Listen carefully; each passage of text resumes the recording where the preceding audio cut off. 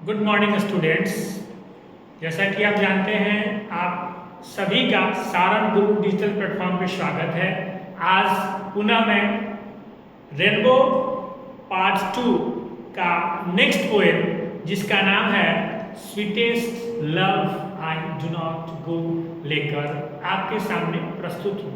तो आइए हम शुरुआत करते हैं इस पोएम के साथ। इस पोएम को जानने से पहले, चूंकि मैं आपको हर सेगमेंट में आपको बताता रहा हूँ कि कोई भी वर्क या प्रोज हो या पोएट्री हो, सबसे पहले अगर प्रोज पढ़ा रहे हैं तो अबाउट द ऑथर के बारे में चर्चा करेंगे, अगर पोएम पढ़ा रहे हैं तो अबाउट द पोएट के बारे में चर्चा करेंगे। यह पोएम कहाँ से लिया गया है, किसके रेफरेंस से लिया गया है, इसकी जानकारी पहले हम लेंगे, उसके बाद हम फिर पोएम पे आकर के फोकस करेंगे। तो चलिए मैं शुरू कर रहा हूँ। आज का जो पोएम हमारा है, जिसका नाम है sweetest love I do not go. किसने लिखा है इस पोएम को? तो जॉन डन ने लिखा है। अब जॉन डन इस पोएम के पोएट हैं, तो इनके बारे में थोड़ा सा हमें ब्रीफ जानकारी लेनी है। तो सबसे पहले इनके बारे में जानेंगे। इनका जन्म कब हुआ था? तो 1572 में हुआ था। ठीक है ना? कहाँ? तो इंग्लैंड, रोमन कैथोलिक फैमिली में।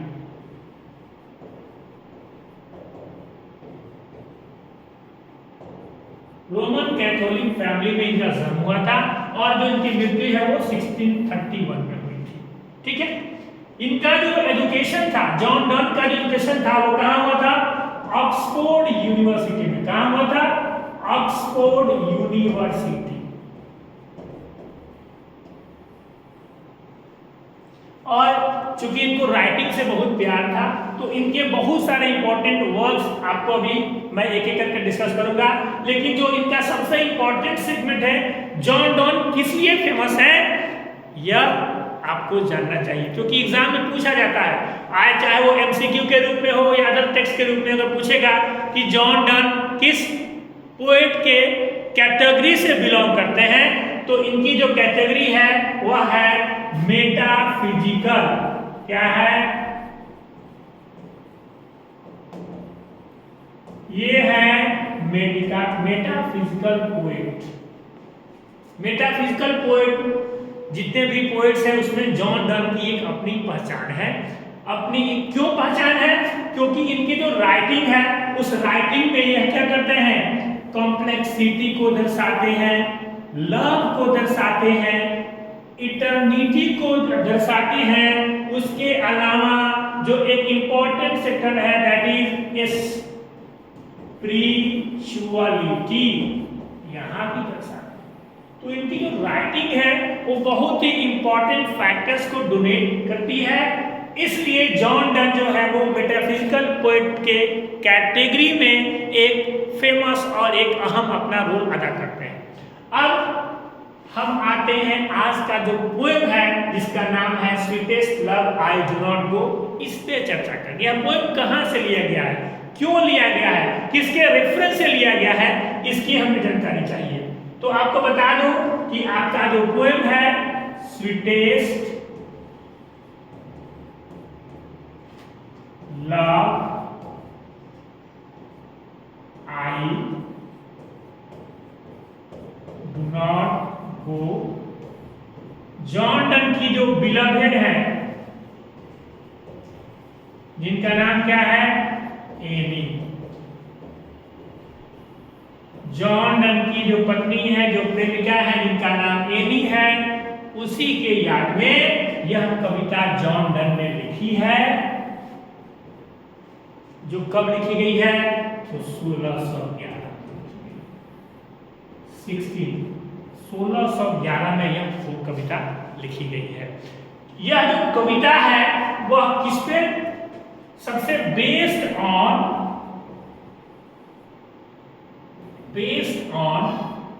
True love and faith with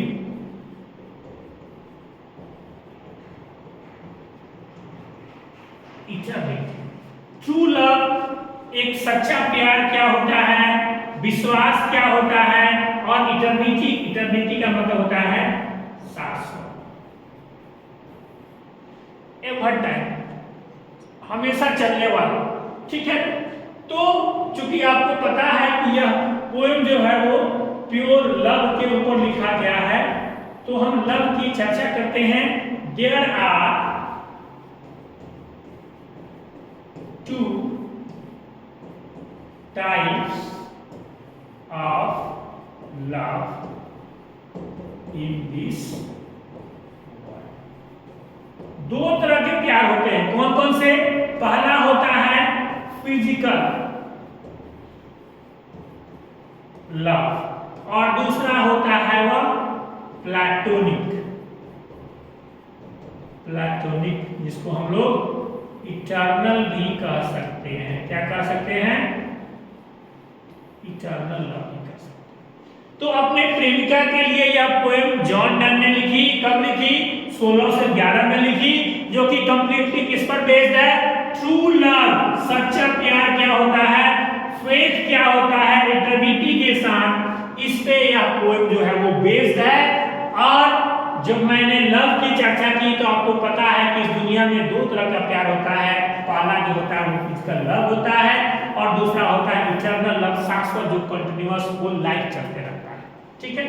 अब हम आते हैं अपने पोएम पर। इस पोएम को 4 मेजर सेगमेंट में बांटा गया है। 4 मेजर सेगमेंट। इसी पे पूरा जो है आपका पोएम बेस्ड है। पहला जो पार्ट है वह जो बिगिनिंग होता है, तो क्या हो रहा है? Separation. Separation with beloved, with lover। पहले ओपनिंग लाइन में क्या हो रहा है? तो सेपरेशन हो रहा है। सेपरेशन इन द सेंस क्या है? सेपरेशन इन द सेंस की जो प्रेमिका है, जो पत्नी है, वह अपने पति के सेपरेशन से दुखी है, वह रो रही है। क्यों रो रही है? क्योंकि उसे लगता है कि उसका जो प्रेमी है उसको छोड़ करके जा रहा है। तब यहाँ पर जो प्रेमी है वह अपनी प्रेमिका को समझाता है कि देखो, ये जो हमारा सेपरेशन है वह परमानेंट नहीं है,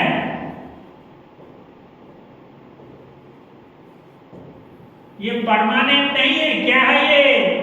फॉर द टाइम बीइंग है।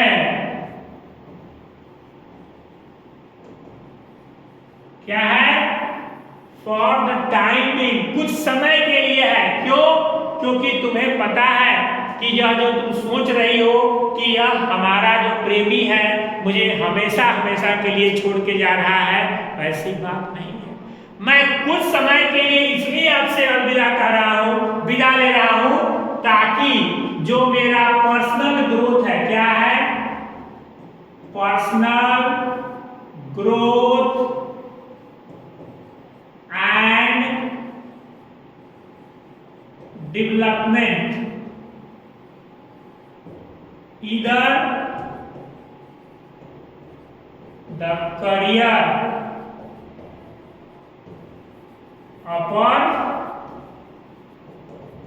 opportunity, मैं अपने पर्सनल ग्रोथ, अपने करियर ग्रोथ से रिलेटेड किसी काम के चलते मैं आपसे कुछ समय के लिए अलविदा हो रहा हूं, विदा हो रहा हूं, सेपरेट हो रहा हूं। क्यों? क्योंकि आपको एक स्टेटमेंट याद करना होगा, वह बहुत इंपॉर्टेंट लाइन है जो लिखी गई है रविंद्रनाथ टैगोर के द्वारा।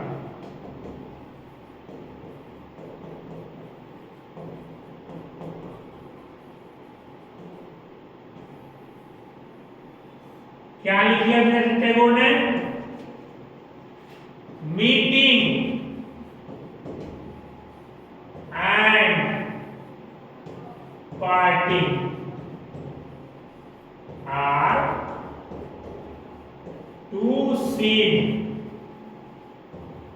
in this world।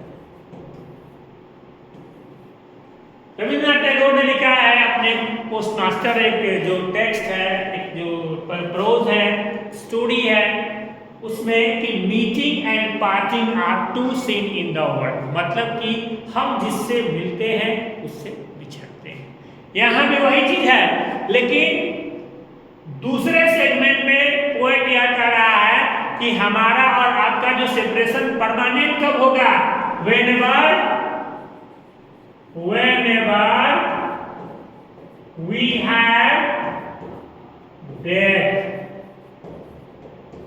When death comes between us, there is the permanent separation.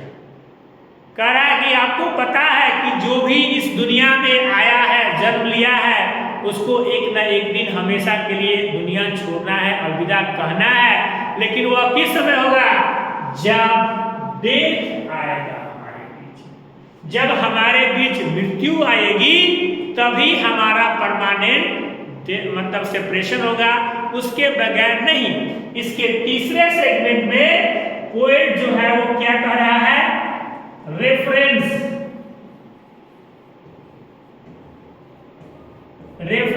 To the सन। तीसरा पॉइंट आप नोट करेंगे, टोटल 4 सेगमेंट दिए गए हैं। रेफरेंस विद सन क्या कह रहा है कि सन को आप एग्जांपल देकर देखो। सूरज क्या होता है? सनराइज एंड सनसेट, मतलब कि डॉन एंड दो हो गया, ये सनराइज हो गया और यह सनसेट हो गया। कहता है कि सूरज को देखो ना, सूरज को किसी से कोई मतलब है? कोई मतलब नहीं है। वह अपना वर्क कर रहा है। क्या वर्क कर रहा है? एक टर्म आता है इनसेसेंट, INCESSENT, इसको नोट कर लीजिएगा, इंपॉर्टेंट वर्ड है। इनसेसेंट वर्क का मतलब होता है work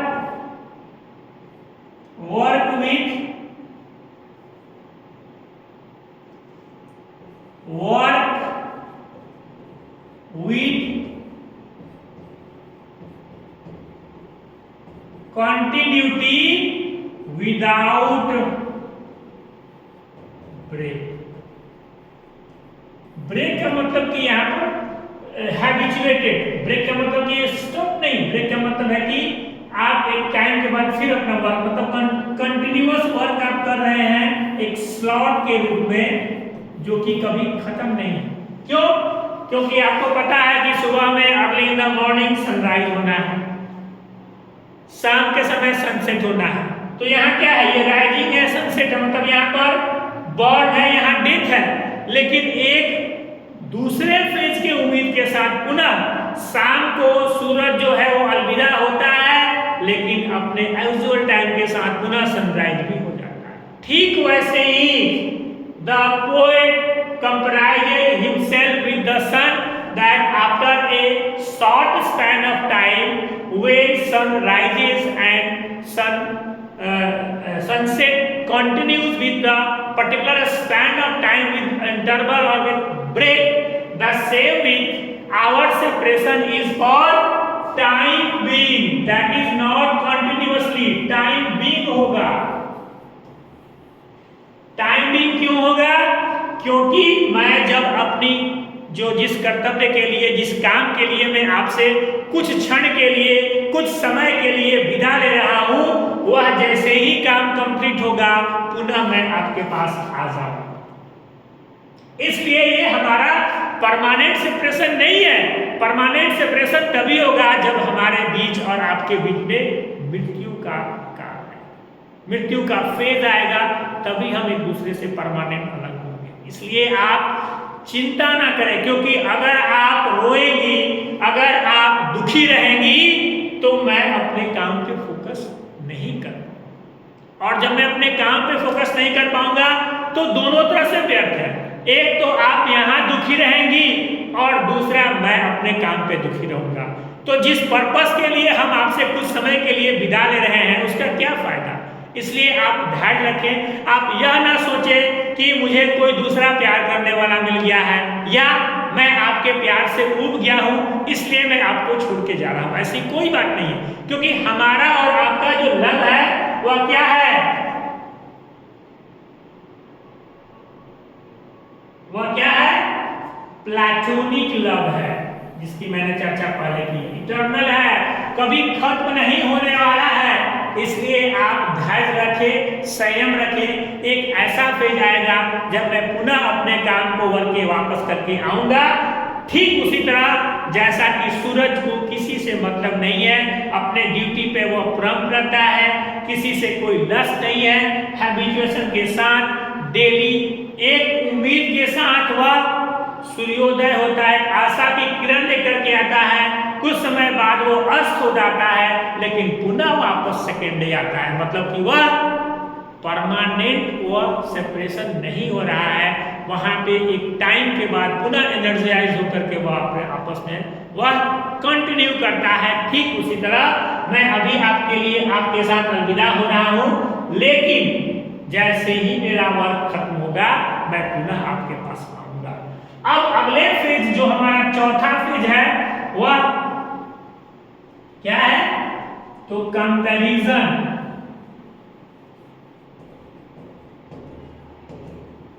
with the breath of beloved, with the soul of the। चौथे सेगमेंट में क्या है? पोएट जो है वह अपनी प्रेमिका से बिलवर्ड लवर जो है वो बिलवर्ड से कहता है कि देखो तुम रो रही हो, इसमें कोई बात ही नहीं रोने की। क्यों? क्योंकि जब तुम सांस लेती हो, क्या करती हो? तो सांस लेती हो, तो सांस में जो हवा लेती हो, हवा लेते हैं ना, सांस लेते हैं तो हवा लेती हो, तो उस हवा में हवा ना जाकर के मेरी आत्मा जाती है। क्या जाती है? सोल जाता है। तो सोचो कि जब मैं तुमसे आत्मा से तुम्हारे साथ 24 घंटे हूं, जो क्योंकि हम जानते हैं कि बिना सांस के हम जी नहीं पाएंगे, और उस सांस को पोएट जो है, लवर जो है, वो बिलवर्ड के अपने सोल से उसके सांस की तुलना करता है, कंपैरिजन करता है। Interaction with the soul and breath of beloved that could continue with eternity, जो कि हमेशा हमेशा, जैसे हम सांस लेते हैं और उस सांस में जब मेरी आत्मा तुम्हारे साथ होती है तो तुम कैसे रो रही हो कि मैं तुमको छोड़ के जा रहा हूं। देखिए, ये जो प्लेटोनिक लव है ना, वो शाश्वत है, वो एवर एंडिंग, मतलब कभी वो खत्म नहीं हो सकता। कंटिन्यूअस इटर्निटी के साथ शाश्वत के रूप में और प्योर होता है। सबसे बड़ी बात है कि जो इटर्नल लव है, ध्यान दीजिएगा, जो शाश्वत लव है वह क्या होता है? प्योर होता है, बिल्कुल बेदाग होता है, पाक होता है, क्लीन होता है, वह हमारे बीच में है। तो तुम कैसे अपने आप को समझाओ, अपने आप को धैर्य रखो, अपने आप को बूस्टअप करो कि नहीं, कुछ समय के लिए मैं तुमसे अलग हो रहा हूं, न कि परमानेंट हो रहा हूं। मैं परमानेंट होऊंगा, हमारे और आपके बीच एक परमानेंट सेपरेशन होगा एक समय पे। किस समय? जब हमारे और आपके बीच में डेथ आएगा। इसलिए हे प्रेमिका, आप दुखी ना हो, आप उदास ना हो, क्योंकि जब आप उदास होगी, जब आप दुखी होगी, तो शायद मैं अपने काम पे फोकस नहीं कर पाऊंगा, और जिस पर्पस के लिए मैं आपसे कुछ समय के लिए विदा हो रहा हूं वह पर्पस पूरा नहीं होगा। क्योंकि हमारे और आपका जो प्रेम है, जो इटर्नल लव है, जो एक दूसरे के बीच में बॉन्डिंग है,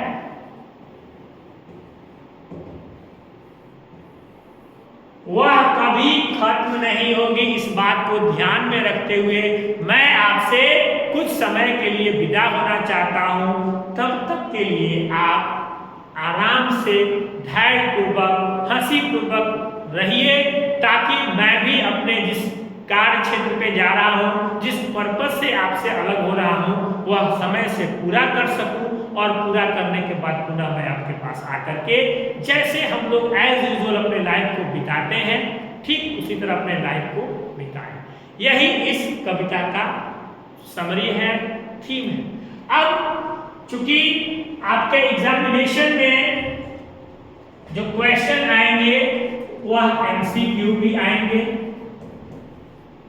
वह समरी के रूप में भी आएंगे, वह सेंट्रल थीम के रूप में भी आएंगे, वह एप्रिसिएशन के रूप में भी आएंगे। तो जब इस तरह के क्वेश्चन, अब एमसीक्यू में बहुत सारे क्वेश्चन आ सकते हैं कि यह जो पोएम है वह किसके लिए लिया गया है, किस रेफरेंस से लिया गया है, यह पूछा जाएगा। तो भाई अपने बिलवर्ड जिसका नाम है एनी, उनके लिए लिया गया है। कब लिया गया है? तो 1611 में लिया गया है। इनके इंपॉर्टेंट वर्ड्स क्या है? इंपॉर्टेंट वर्ड्स में आपको मैं बता दूं, द प्ली है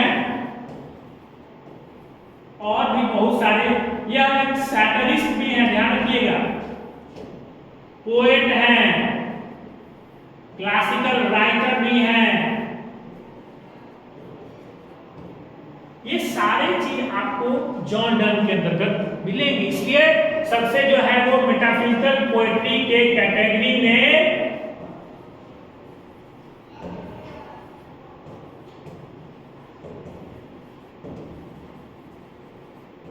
ये एक अहम भूमिका निभाते हैं।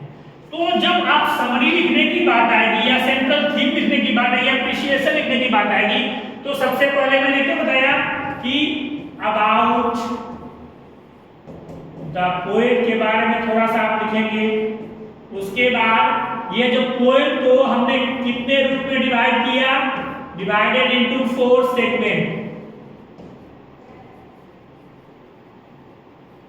4 सेगमेंट में डिवाइड कर दिया। वह 4 सेगमेंट क्या क्या है?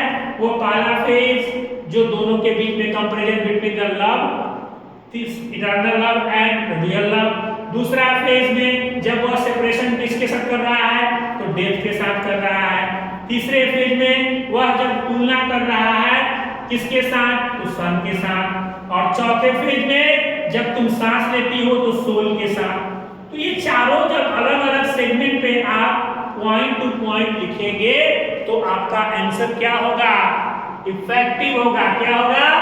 whenever the points should be in the proper segment, answer will be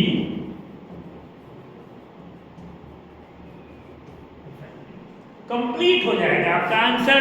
और आप जिस तरह से मैंने पॉइंट टू पॉइंट आपके साथ डिस्कशन किया, ठीक वैसे ही अपने दिमाग में भी उन सारे पॉइंट्स को आप एक एक करके क्रोनोलॉजिकल ऑर्डर में,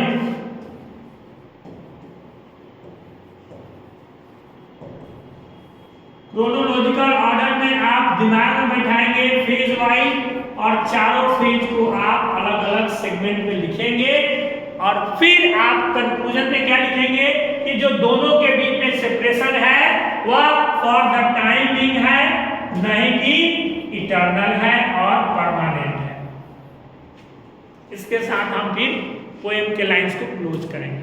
तो यह है हमारा आज का poem sweetest love I do not go.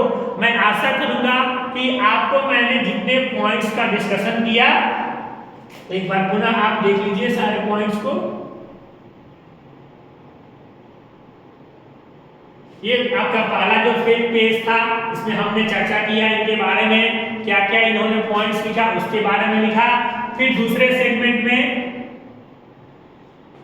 Segment में हमने किस तरह लव को डिफाइन किया, फिर उसको कंप्राइज किया चारों अलग अलग सेगमेंट में, उसकी चर्चा करेंगे। तीसरे फेज में आप जो है वो अलग अलग जो मेजर सेगमेंट था उसको चर्चा करेंगे, और चौथे फेज में कंक्लूडिंग करेंगे। तो यह 4 फेज मिला करके आपका पूरा पोएम का एनालिसिस कंप्लीट हुआ।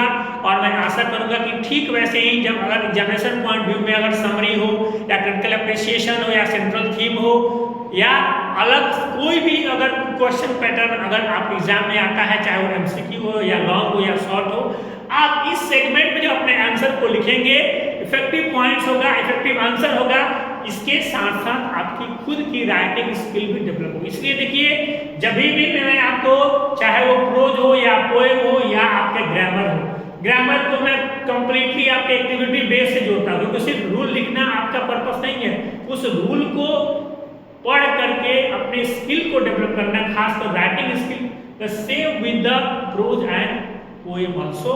तो आज के लिए इतना ही, बहुत बहुत धन्यवाद, थैंक यू।